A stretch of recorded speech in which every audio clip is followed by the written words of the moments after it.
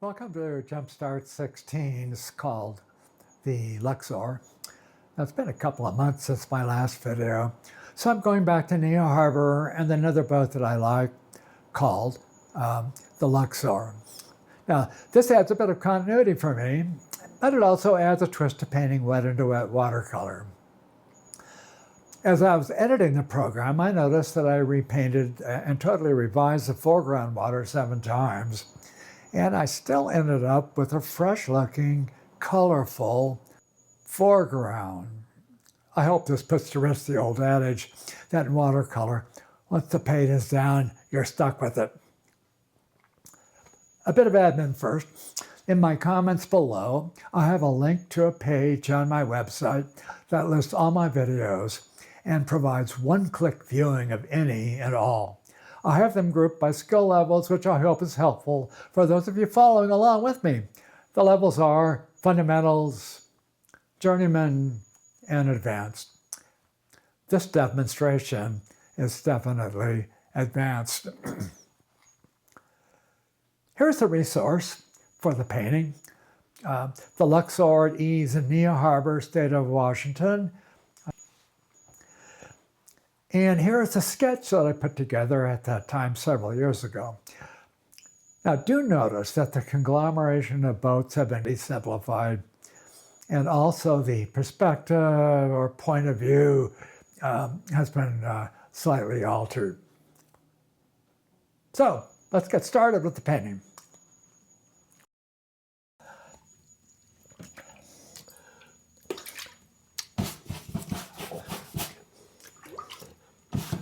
So the general plan of it on this painting, the process involves painting with a large brush. This is a 2-inch brush.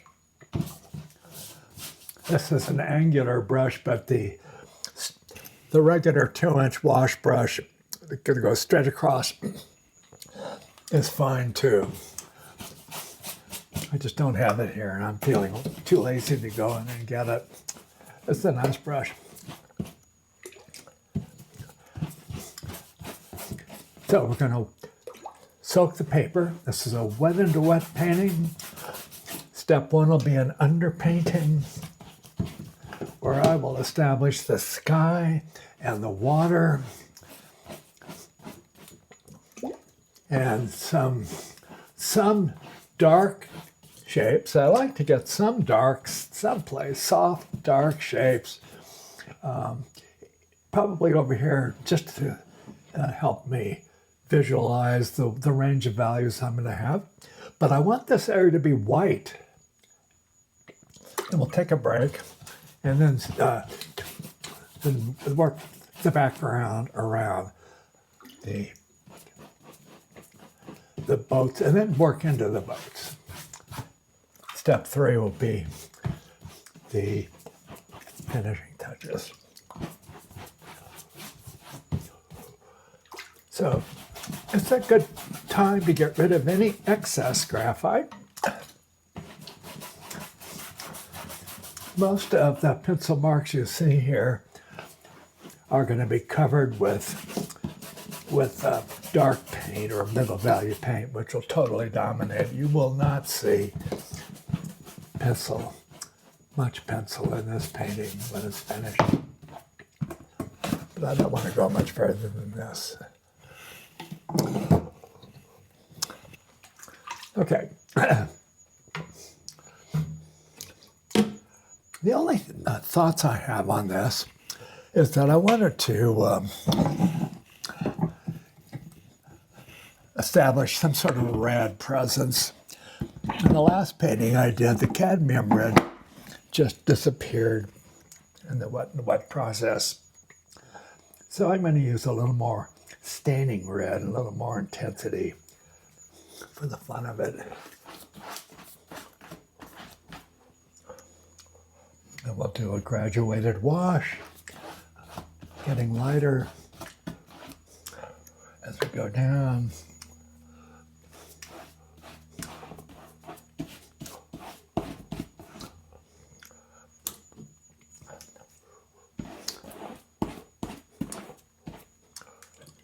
Adding water into the pool on my palette.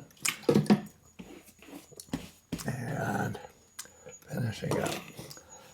I'm going to get rid of the excess water. That's what I'm doing. I'm not cleaning my palette, getting rid of the excess water on it though. And then we'll also dry out the bottom of the graduated wash so it doesn't bleed back. Let's go ahead and do the water with sky tones. Haven't thought about the sky at all. What do I want to do with it? I've been cobalt blue will work for sky. And so will ultramarine blue. And I've been enjoying ultramarine blue a little bit. So what I'll do is intense ultramarine blue here.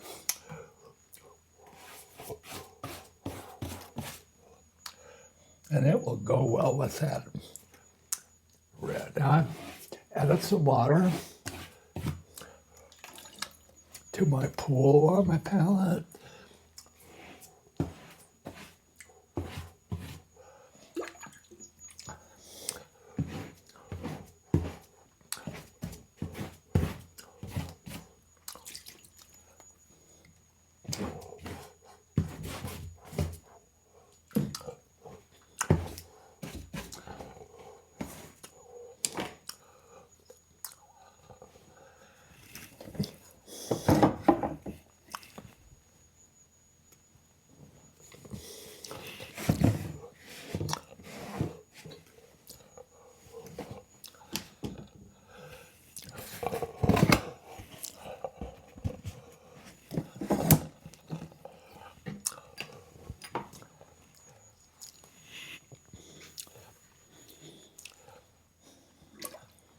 I always paint with these graduated washes, dark to light, top to bottom. That's why I'm flipping the page around.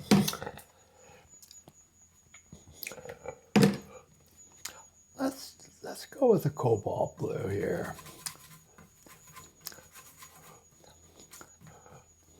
And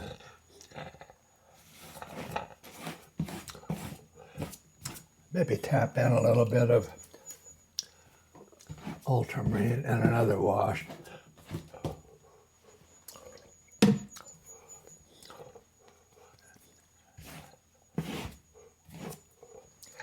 I'm lightening up.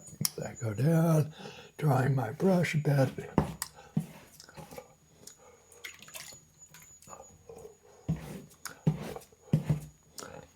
Some people like doing these graduated washes on a dry paper and letting each wash dry. I find that the wetter the wet, you get just as nice, if not nicer results. But it feels a little more out of control. Okay, so I did want to get some dark in this tree area back here because it's going to bloom out. I don't want to get to do anything finished around the boats at this point, but I do want to wipe out, recover those whites that I've lost in the boat forms.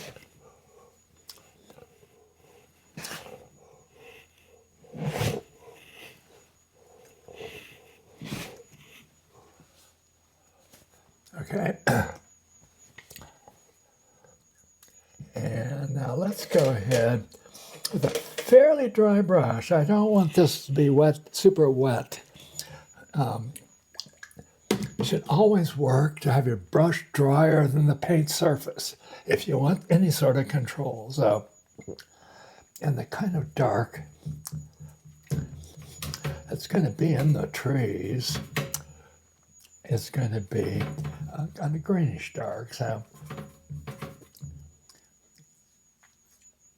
I'm just mixing the yellow and a little bit of cobalt blue, touch of ultramarine in there too, accidentally.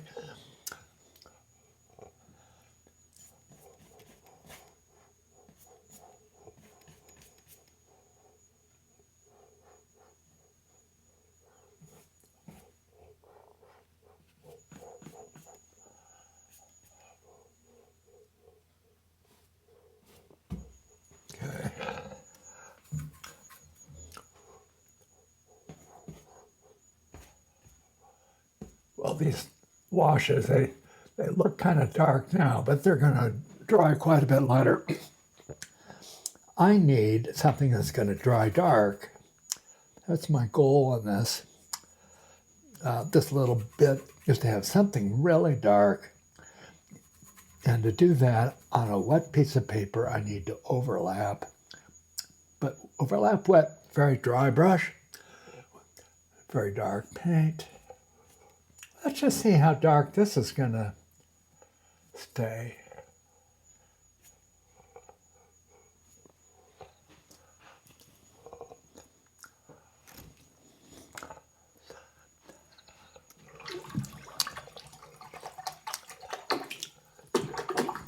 Okay.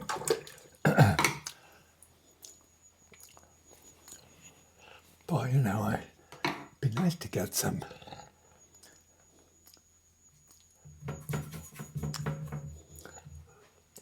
cobalt blue, and it just blurs out beautifully, a little scumbling here, just to make it look attractive. Maybe those are blue spruce in there.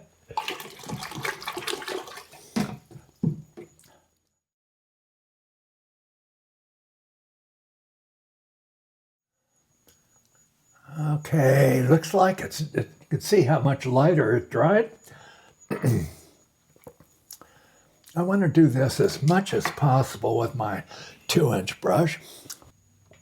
I want to pick up, I think I want to pick up a little bit of that reflection before I get started in the trees.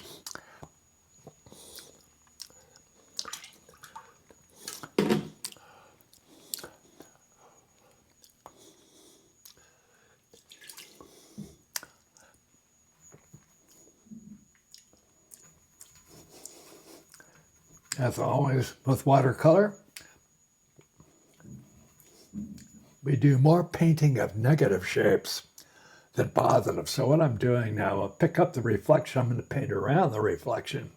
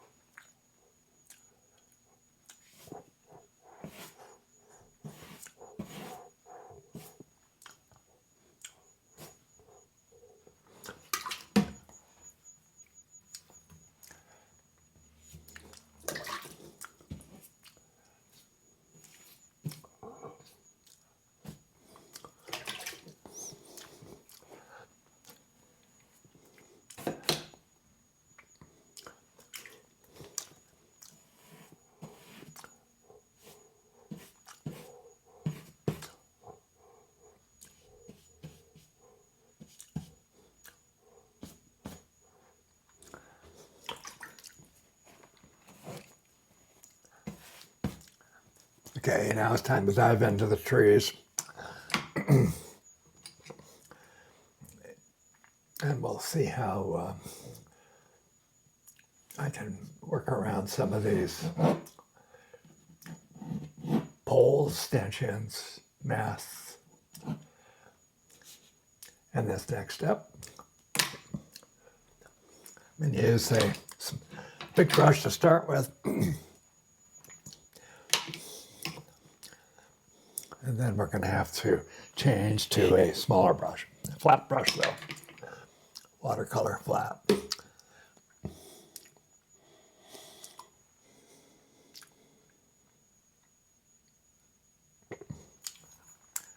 All right, let's go ahead and crack out some greens, I'm using a combination of blue and yellow. I rarely use a green paint. When I do, I've got some on my palette right there.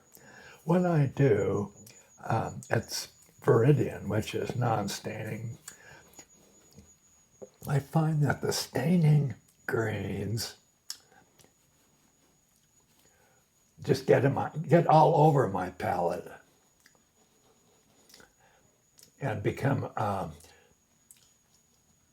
real challenge. It tends to stain my entire palette. All the colors become a greenish color. It's because the green is such a strong, the green typically that you find in Hooker's greens and sap greens, all those great colors. They're really quite lovely, but there's a component of phthalocyanine green that's quite strong. It's a cheap color, very strong, very permanent. So why not? Well, the problem is that it tends to be a problem for me painting. Now, some people just love it, so I'm not. I recommend you try it.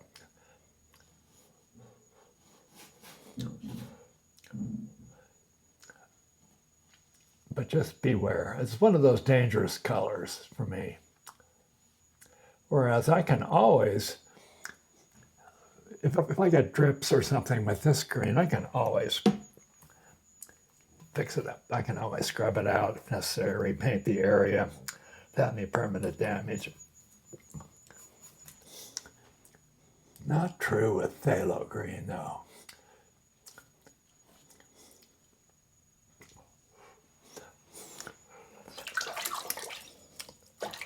Now, if you need a little green, like, it might be kind of fun to, within this very greenish, to add variety. Try a little Viridian green, which is the same basic color as a phthalo green. It's just, it's not staining.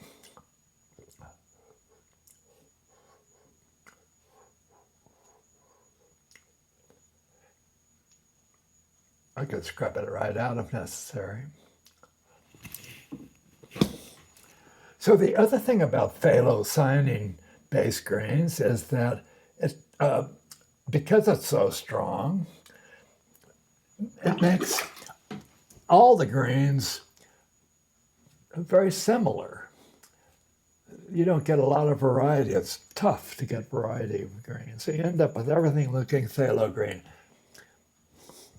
And dabbing a little bit of other colors in doesn't make much difference. If it's phthalo green, it's going to dominate. Whereas now I can throw in blues, reds, and the greens change.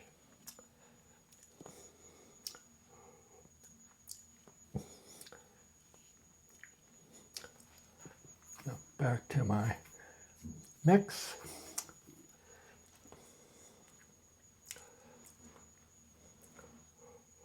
Now, I'm not sure, I've lost some of my detail. I'm going to have to save some of this painting around for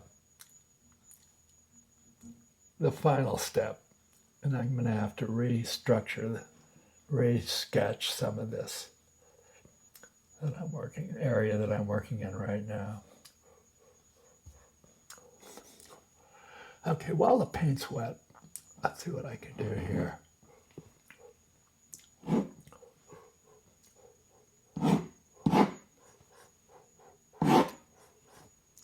Yep.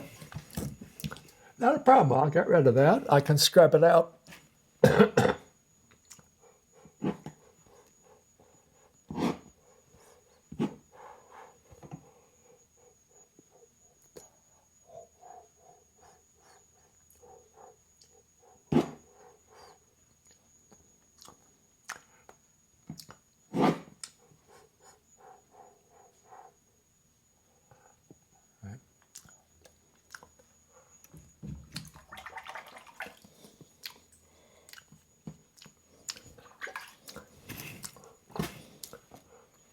This is the one that I want to get rid of. That's a good time to do it. It looks like we got some drips there. So let's get rid of those. Stop it from dripping anyway. There we go. See how beautifully that just wipes right out?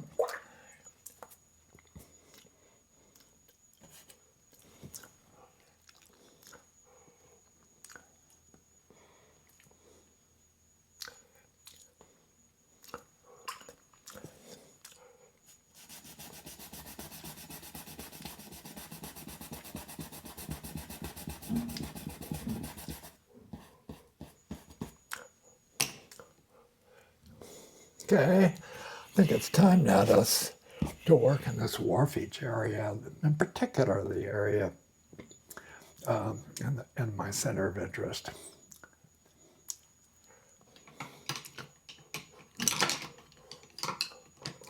Although I might need a little.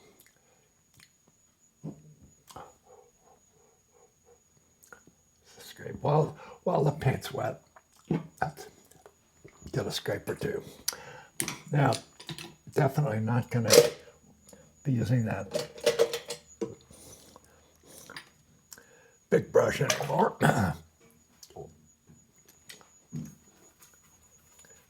For now, anyway. And let's go ahead and be a little careful.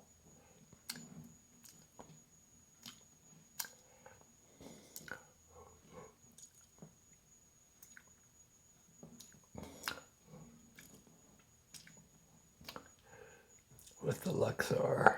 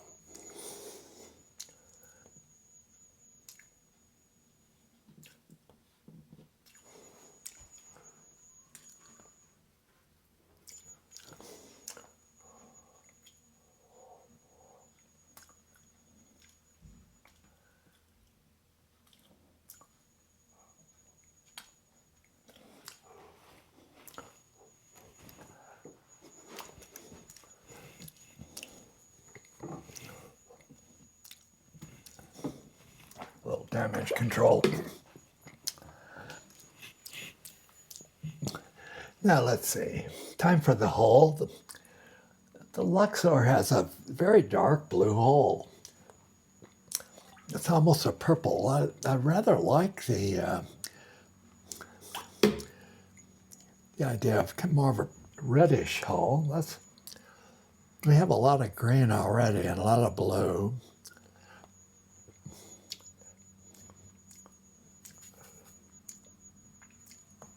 Okay, let's see what I can do with purple.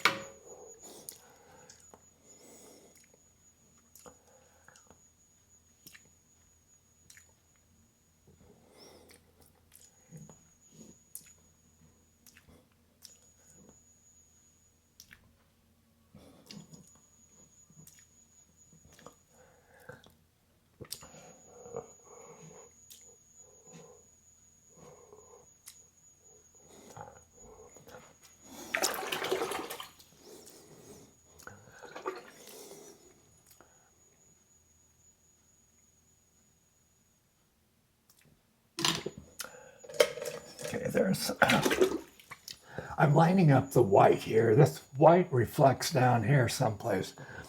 It's about the same distance below as above the water line, so the white really should be down there.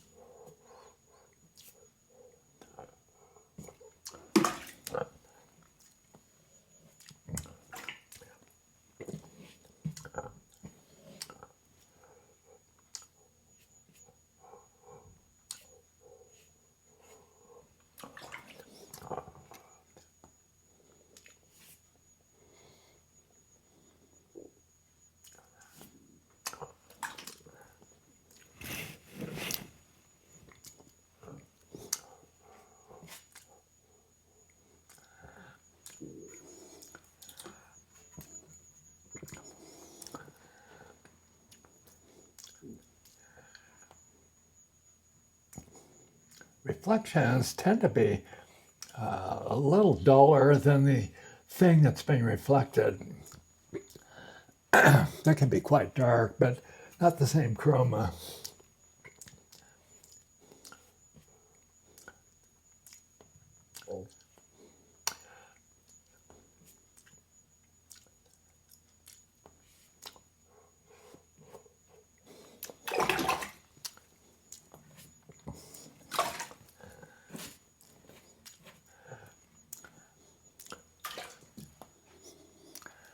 Then we've got this bit of a towering appendage down here.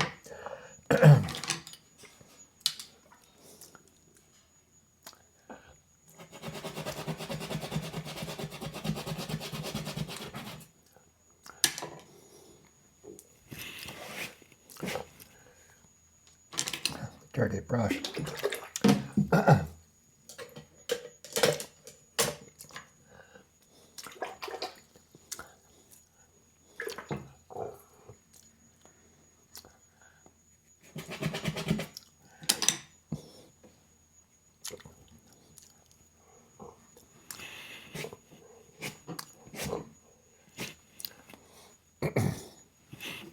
Let that dry a bit, and then we'll do some negative painting around that reflection, bring it out a little bit. But it has to be dry at this point. But I can go up here, which is drier now, and I can get some of the details that are necessary in the boat.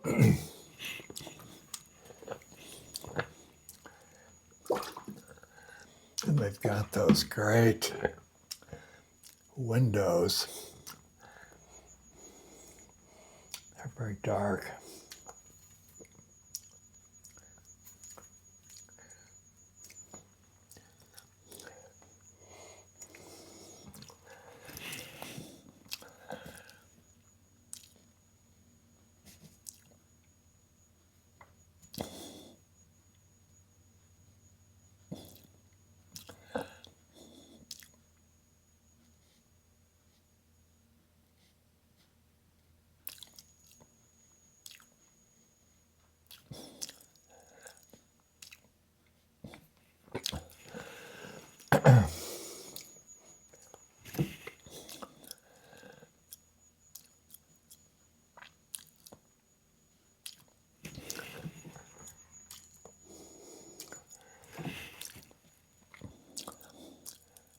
Oops.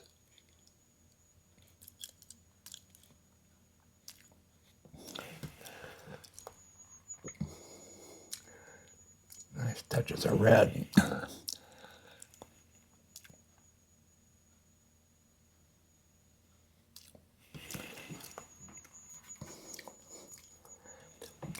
Now there's a shadow side. I'm going to probably, let's see how I did it. This is the shadow side of the boat. So this is going to change a bit. And there's some trim. The trim is kind of a brownish color, looks like.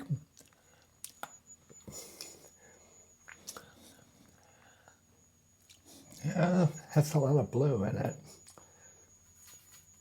So we'll stay in the violet range, maybe a dull, but not, but not totally muddy. So let's make it a dull purple. Cad red and ultramarine blue. There we go.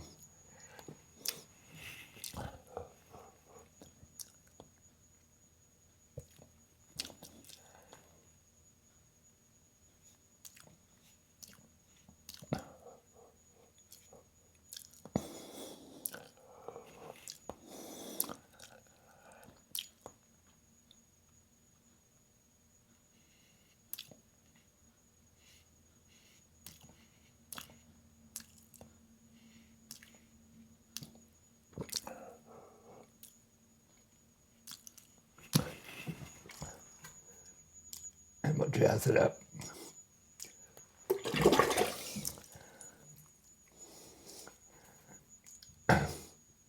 Change, something that works for me is every time I go back to the palette, change the color whether you need it or not.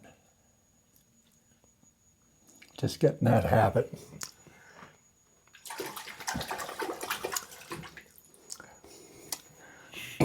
And that always makes for a more colorful painting. So now,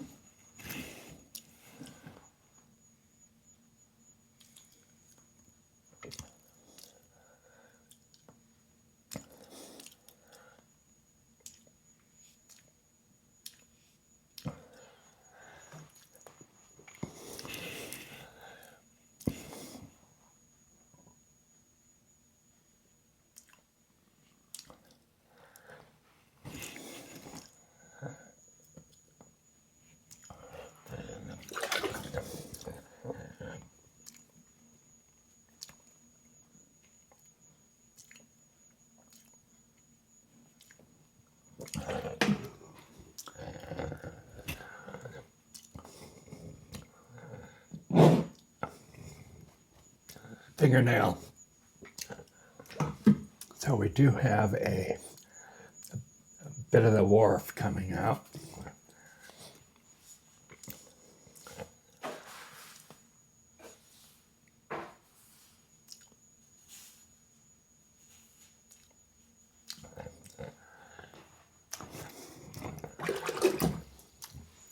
And I lost my water line on the boat, so let's adjust that.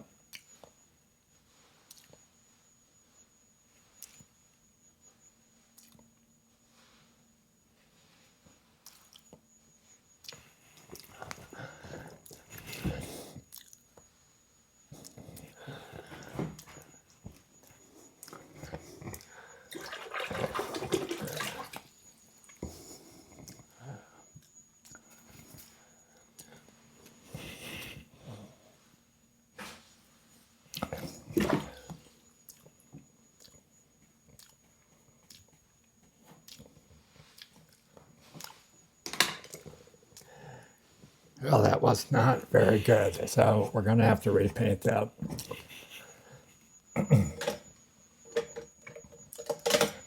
See if I can scrub it out without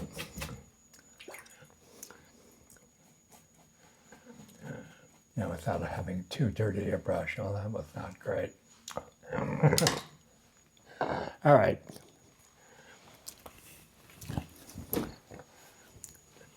New drying cloth.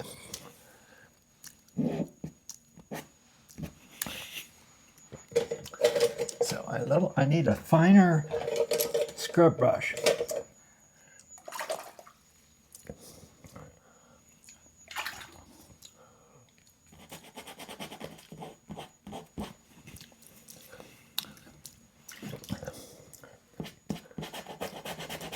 So one of the advantages of my palette is that I can really do a good job in scrubbing out and recovering white. I'm going to have to repaint that, of course.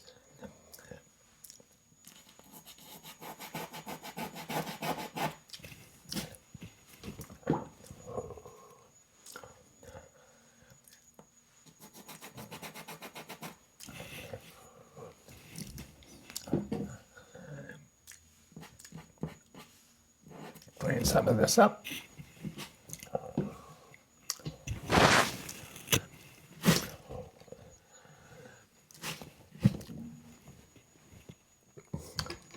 Okay, let's see if I can't get into the water a bit. I may have to do a little sketching, line things up.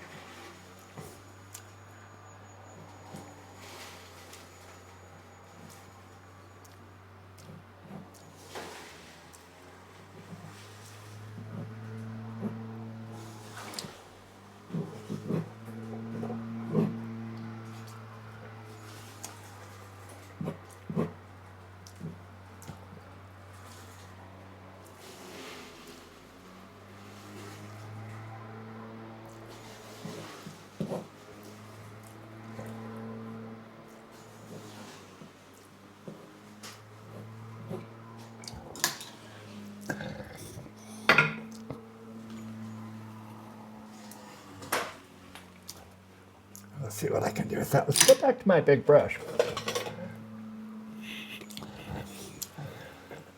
Milford Zorn's always said, paint with the biggest brush possible.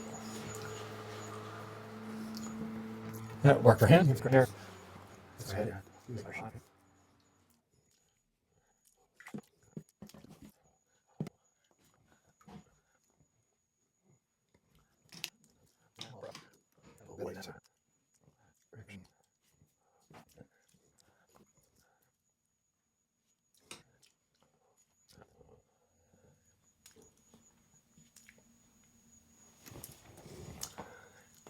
Now, maybe I can do this.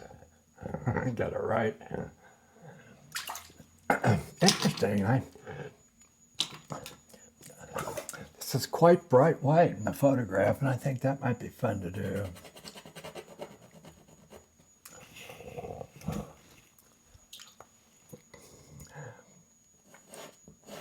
this side is in the highlight, so let's lighten it up a little bit.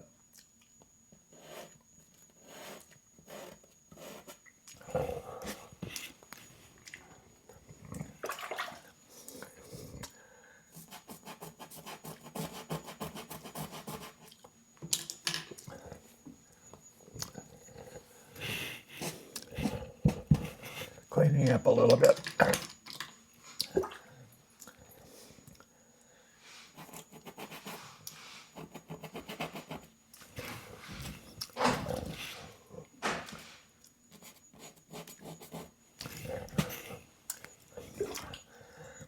Actually, didn't get this right yet. Still, it's working out.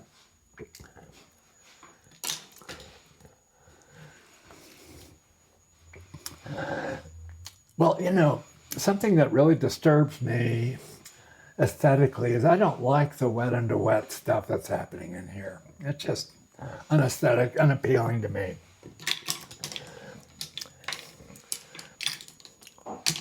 So I'm going to have to repaint that.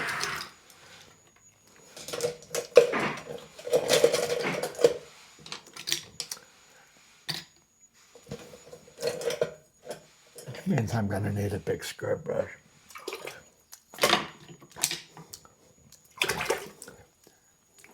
You know, all this, the drips that were happening in the reflection of the boat made it look a little too scrabbly. I don't know how to describe it. It's just, I have the immediate response. You've seen how easy it is to make changes already, and how the palette of paint that I use tends to make it easy to really do a significant job of recovering the original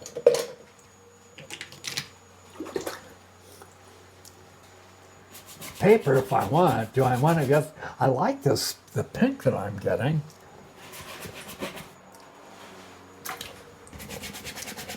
But we do need to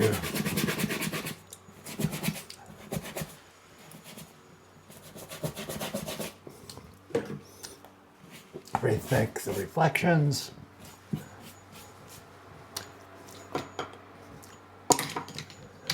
And the water. So let's give it version 2. And then we'll probably end up doing a version 3 on it also.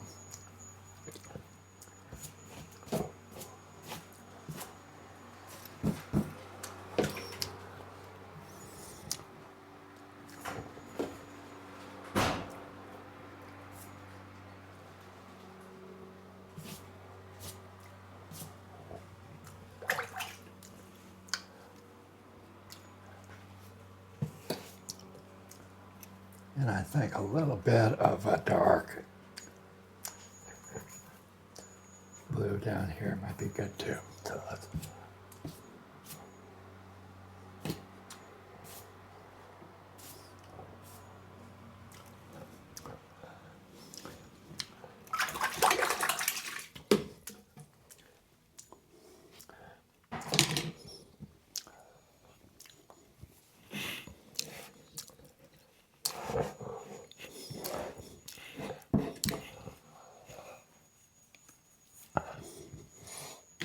okay, that's feeling better already for me. I don't know about you though. Now I'm going to have to definitely work some more into that, but we'll let it dry first. Well, meanwhile, I want this to lighten up a little bit. You know, this little bit of a wharf that we have is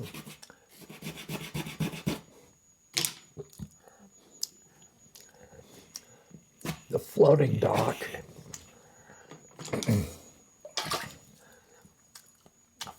I tend to use a lot of floating docks in the Pacific Northwest.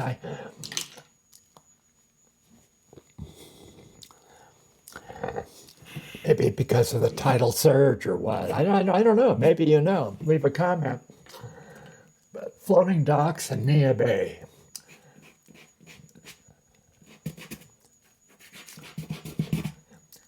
Okay, I just need to get a little light.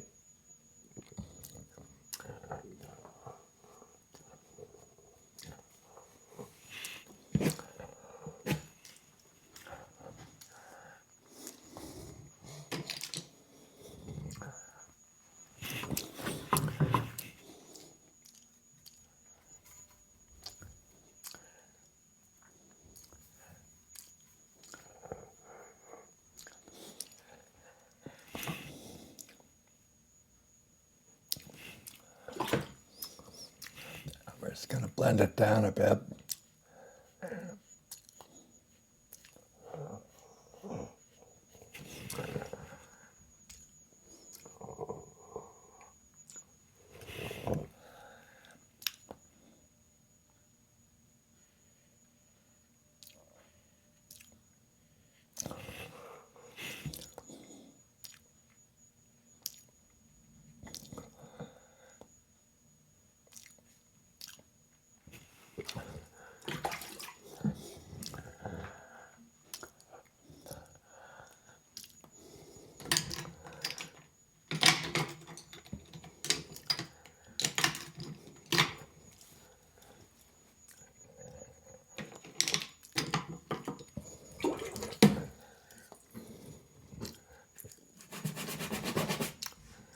Boy, are we having fun?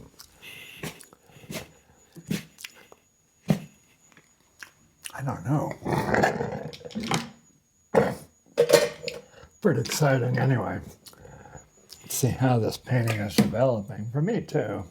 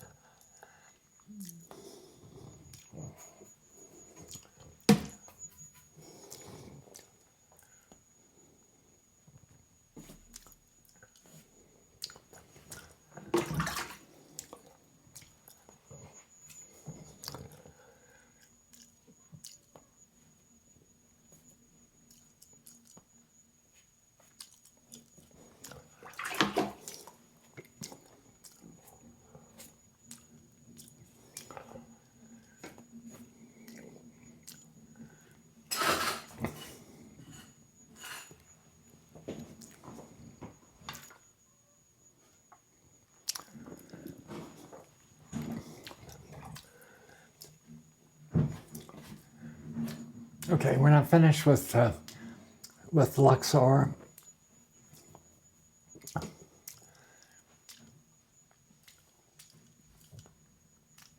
By any means, have to make adjustments, but we need to move on to some of this other stuff.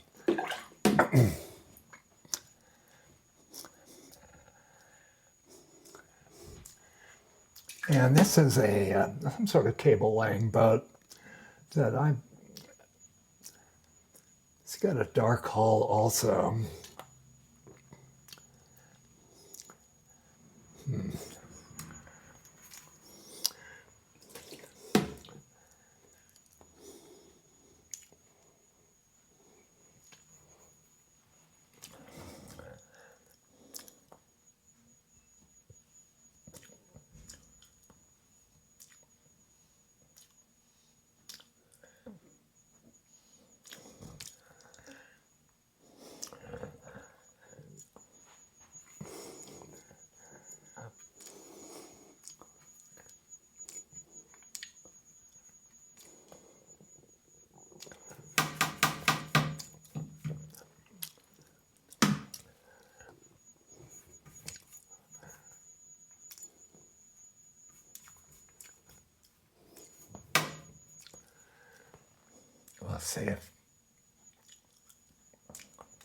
let's see if a brownish color will work.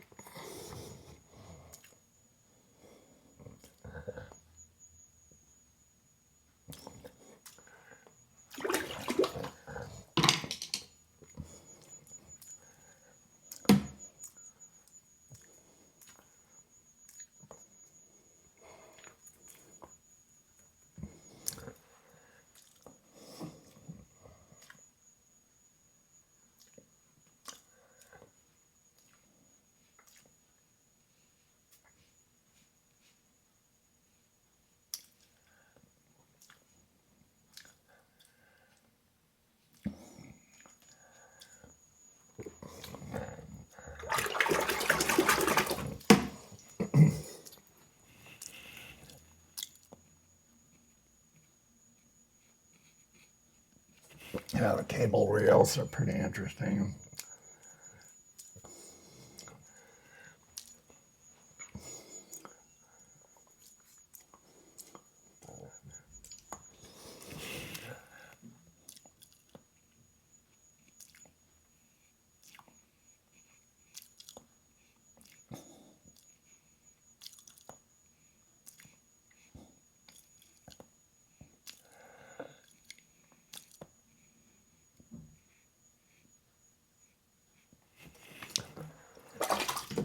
And then the cable itself, interesting.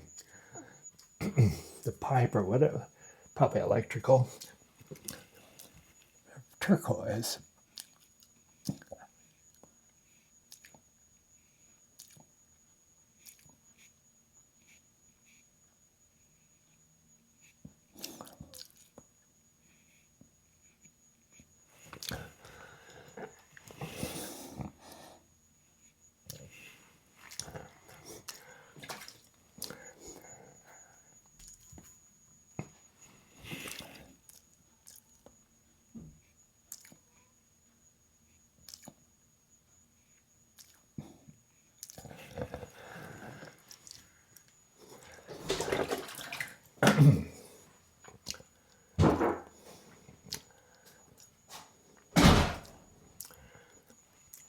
Are you recording?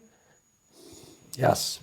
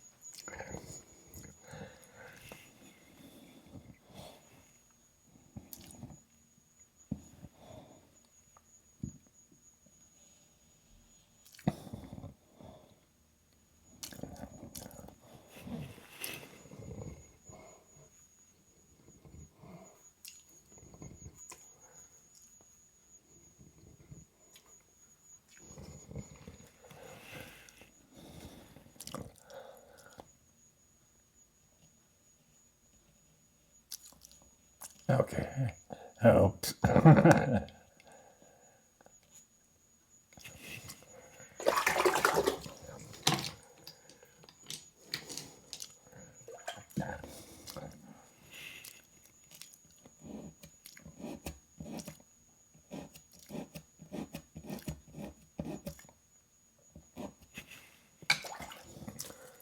scrubbing out the mistake here.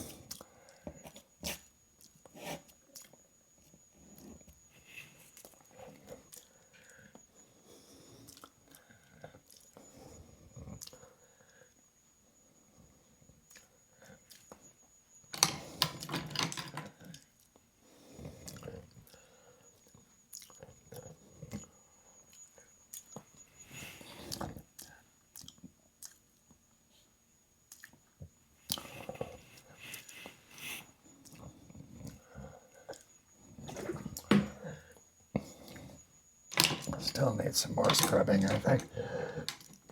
Clean that up.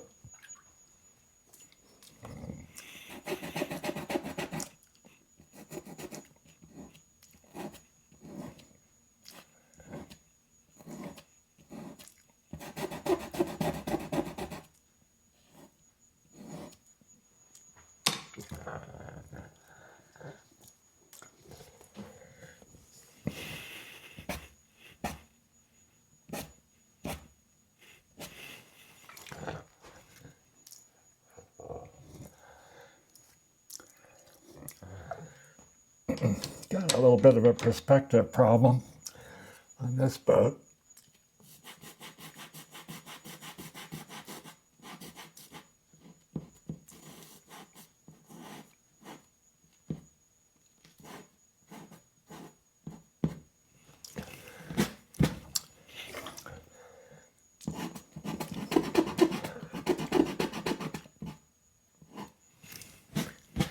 Took a little bit of repainting on that. Clean that up.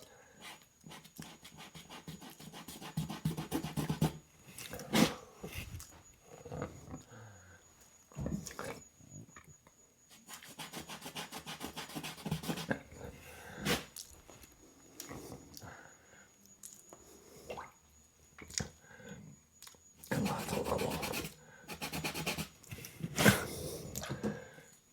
brush problems.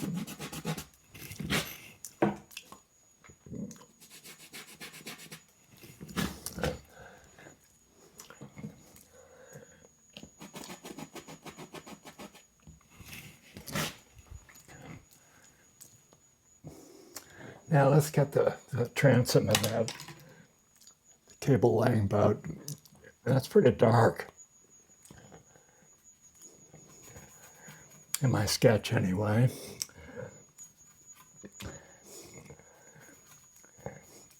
In reality, it's got sunlight on it, but I think it looks better if it were really dark.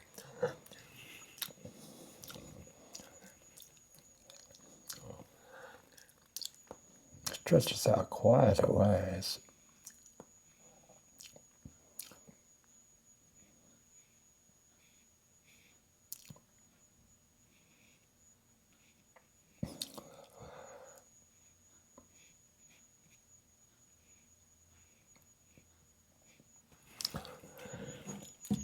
Change the color a bit.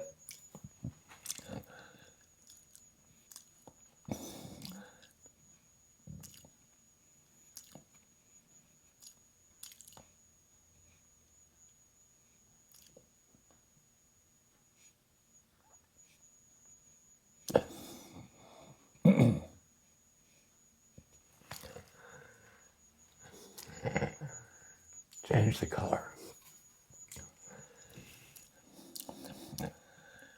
Add a little bit of the color.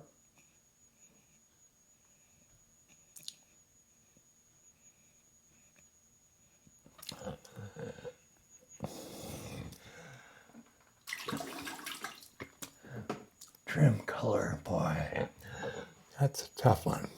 Almost looks like a blue trim color, but I don't think that'll look good. So let's try a red trim color.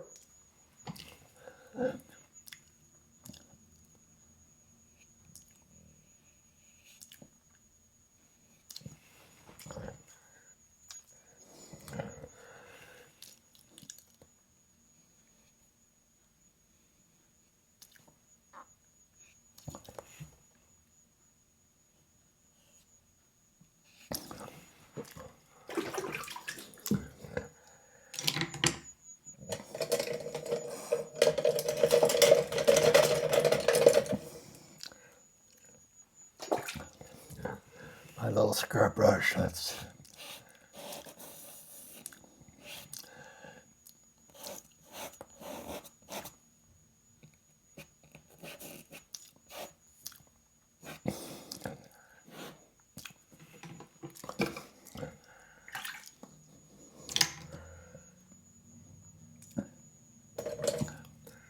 bigger scrub brush.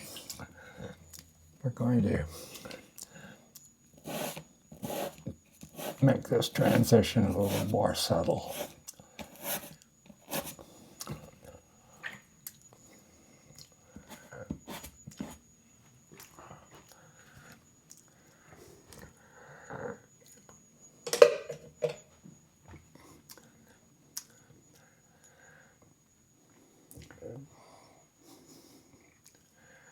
Okay, we have two little boats here. And I want to suggest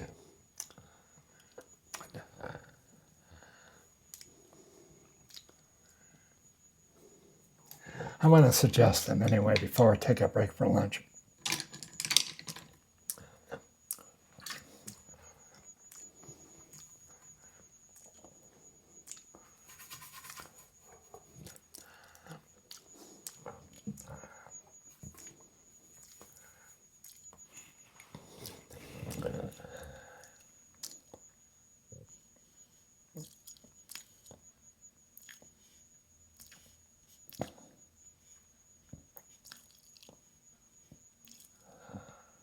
Got an outboard motorboat here.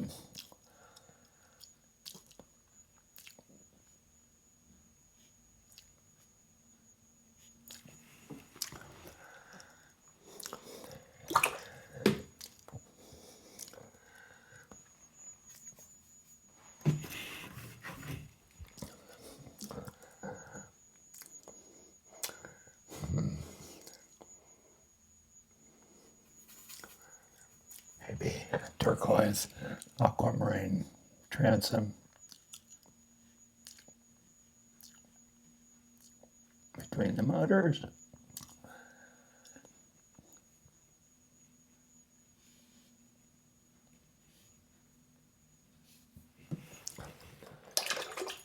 Okay, to be continued. To be continued or to be scrubbed out, I don't know.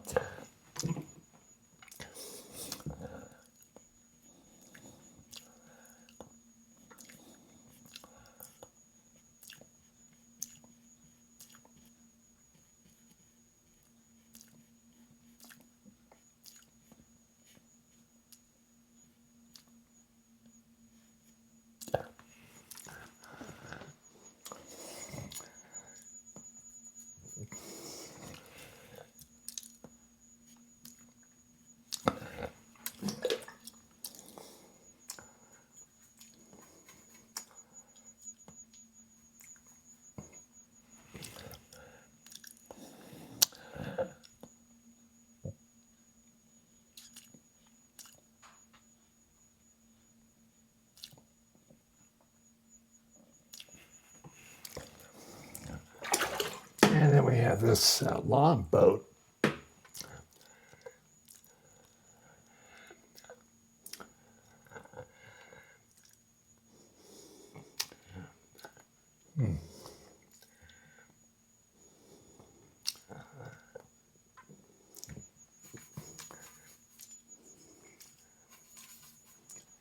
Little indistinct, so I'm going to have to wait until after lunch, really.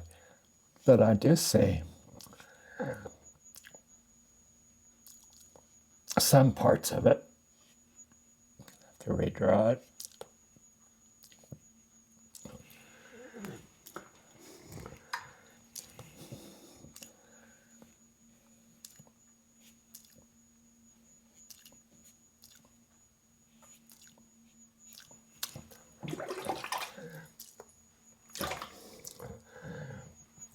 And it looks like we have part of that dock.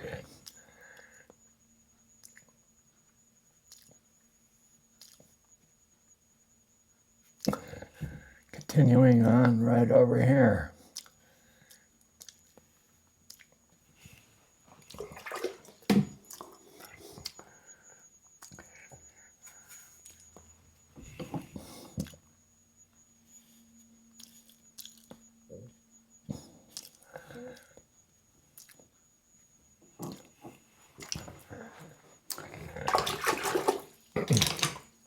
Okay, not working very well.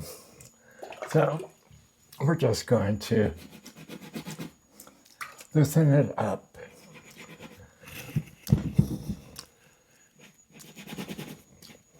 And plan on redesigning it.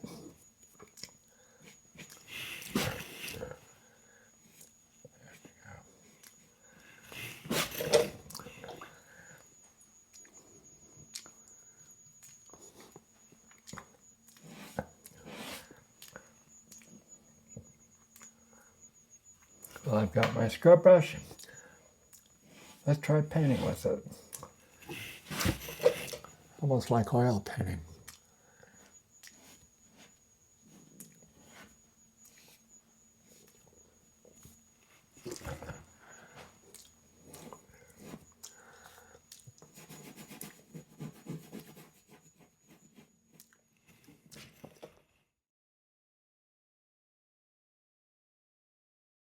Go ahead and get started. I've got my cobalt blue. I think I'll touch a little bit of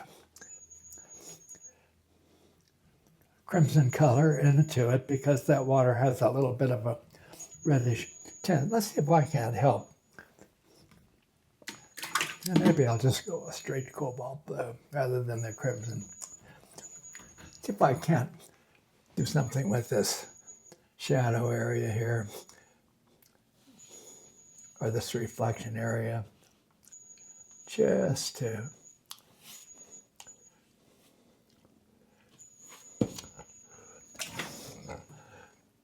tighten it up a bit.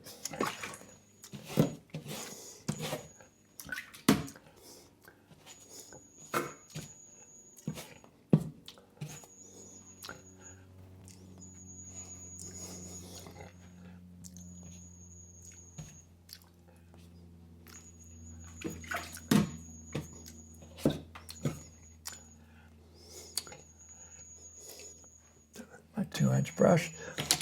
Now I need a dark, I'm going to reflect the dark area here, so let's use a smaller brush on this, a 1-inch flat.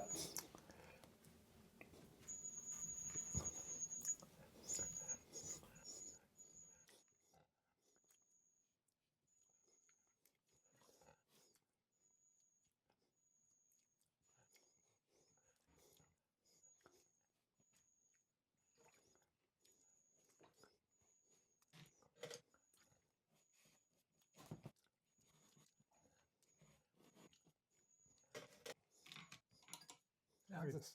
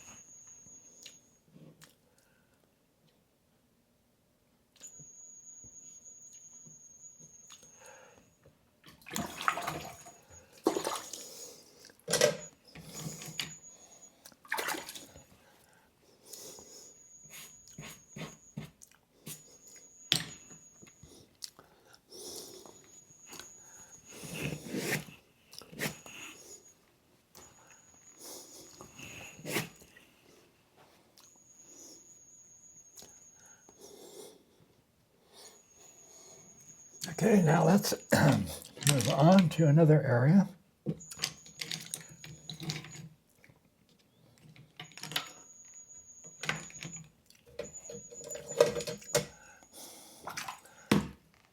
And let's start working on the perspective of the dock.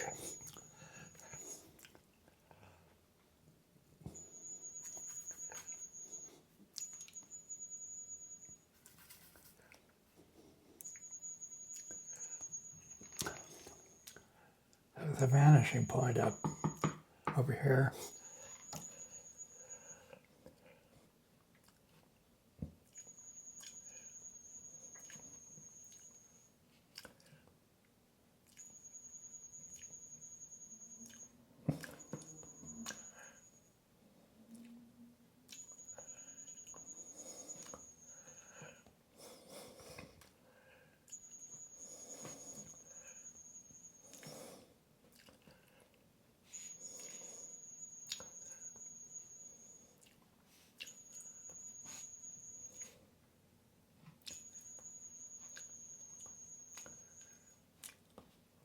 Now this side of the dock does not have a vanishing point in my picture. It's going straight across.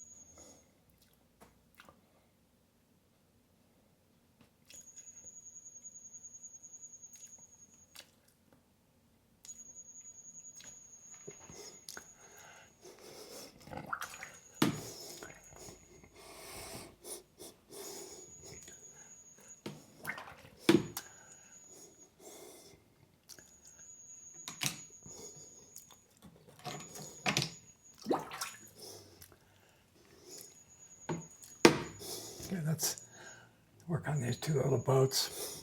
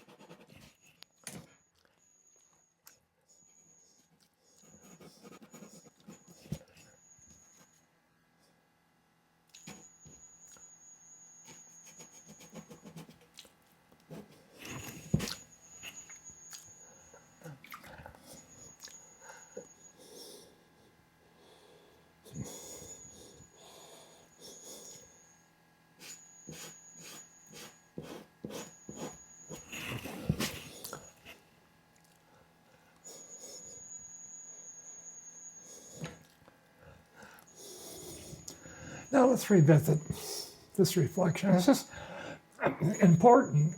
The reflections are for the foreground. We need something in the foreground that's going to be attractive.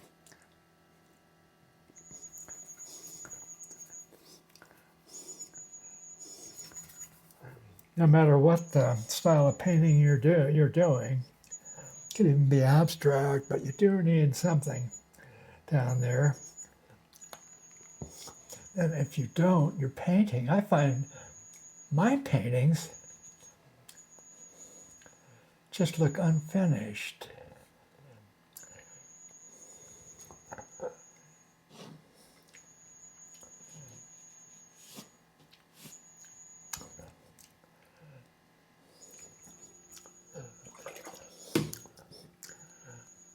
Okay, now,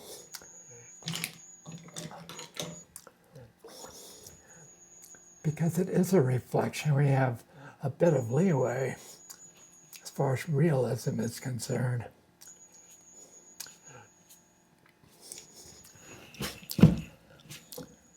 So I don't want it to look sloppy though.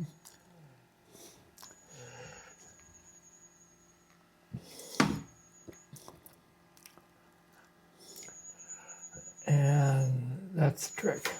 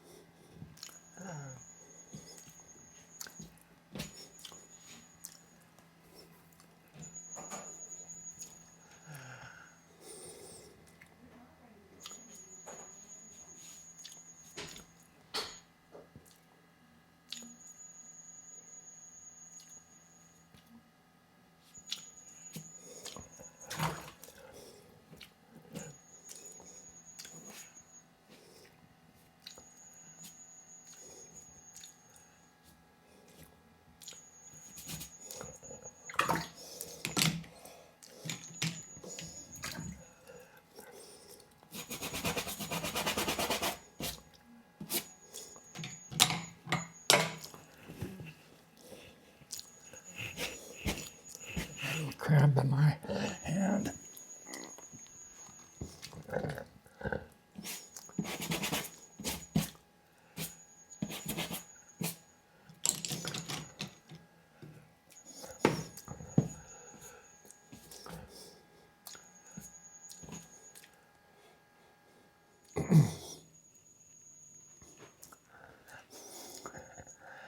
Okay, this is really a very attention-getting. I'm going to have to cut the value of that down. So what we'll do is just glaze it with a little bit of that cobalt blue.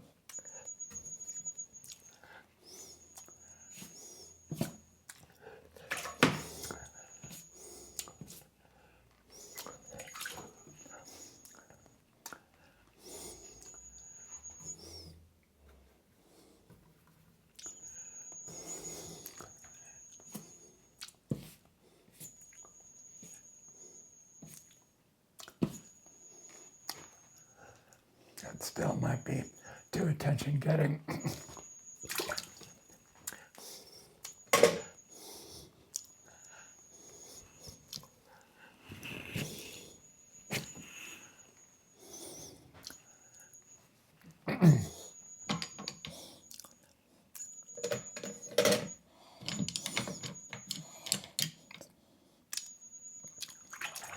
So let's work on some of the rigging. I've got a long, skinny round brush called a rigger.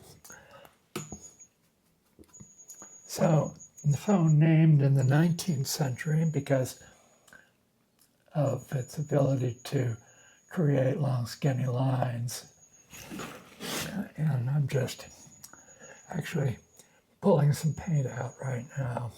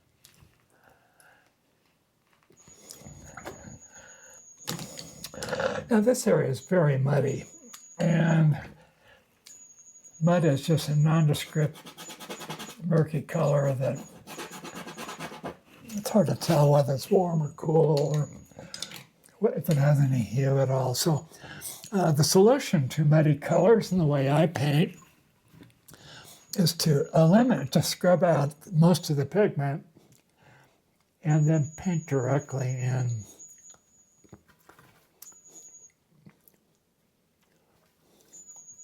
With colors that it could be pure color, or it can be a blend. But I wouldn't blend any more than 2 colors, though. So that's a purple color. And now I'm going to use a raw sienna, pure raw sienna.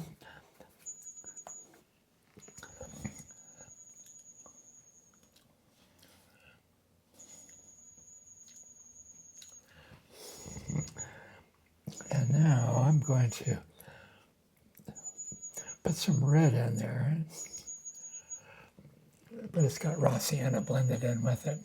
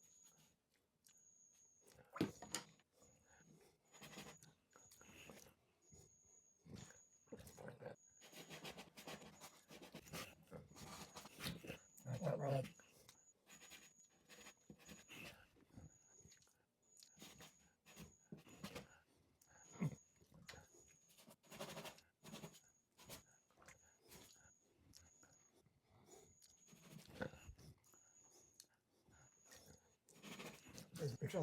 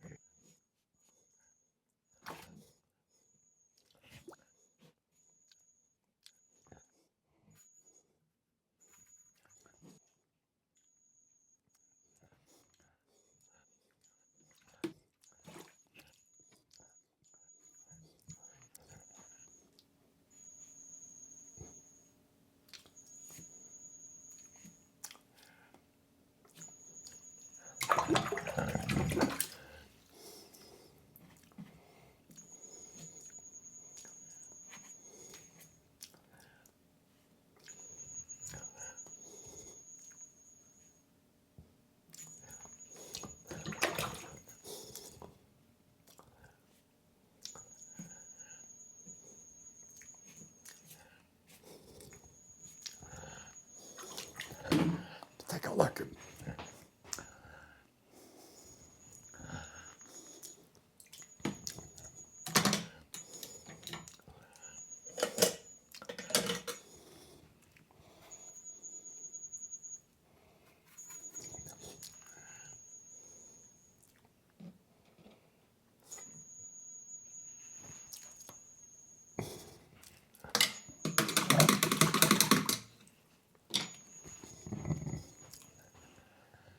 Well, we're not finished with this yet, and but we're about 90%, 95% finished.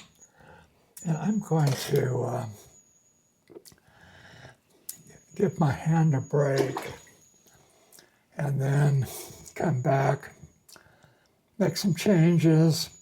I'll share with you those changes at the end of this video.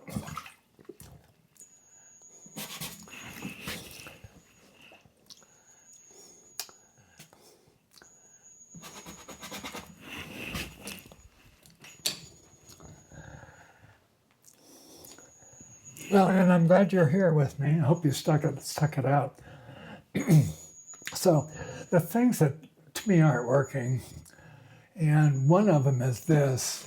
That's kind of important area of the painting, much more important than I thought it was going to be. This needs to be finished up also. I need some detail in there, more aesthetic. This needs to be livened up and redrawn a bit and then repainted. This area, yeah, we'll be working on that area, although it's receded into a good place value-wise, so it's just peeking out, but I think I need to show a little bit more of that reflection. But anyway, we'll see you at the end of the video, and I'll point out some of the things that have been changed. I haven't done that little orange life preserver either, and I need to clean. Well, there's just a bunch of little things that take time I don't want to bore you with, but thanks for joining me. We'll see you next time.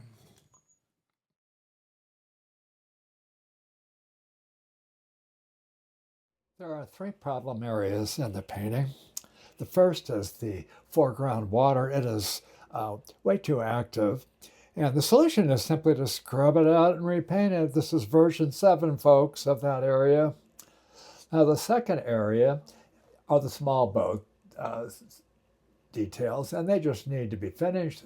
So I'm going to scrub that out and redraw them, maybe get the perspective a little better, and then finish the painting. Finally, we have the right edge of the painting, way too active. It doesn't contribute to the painting. The solution is pretty simple. Just crop it out.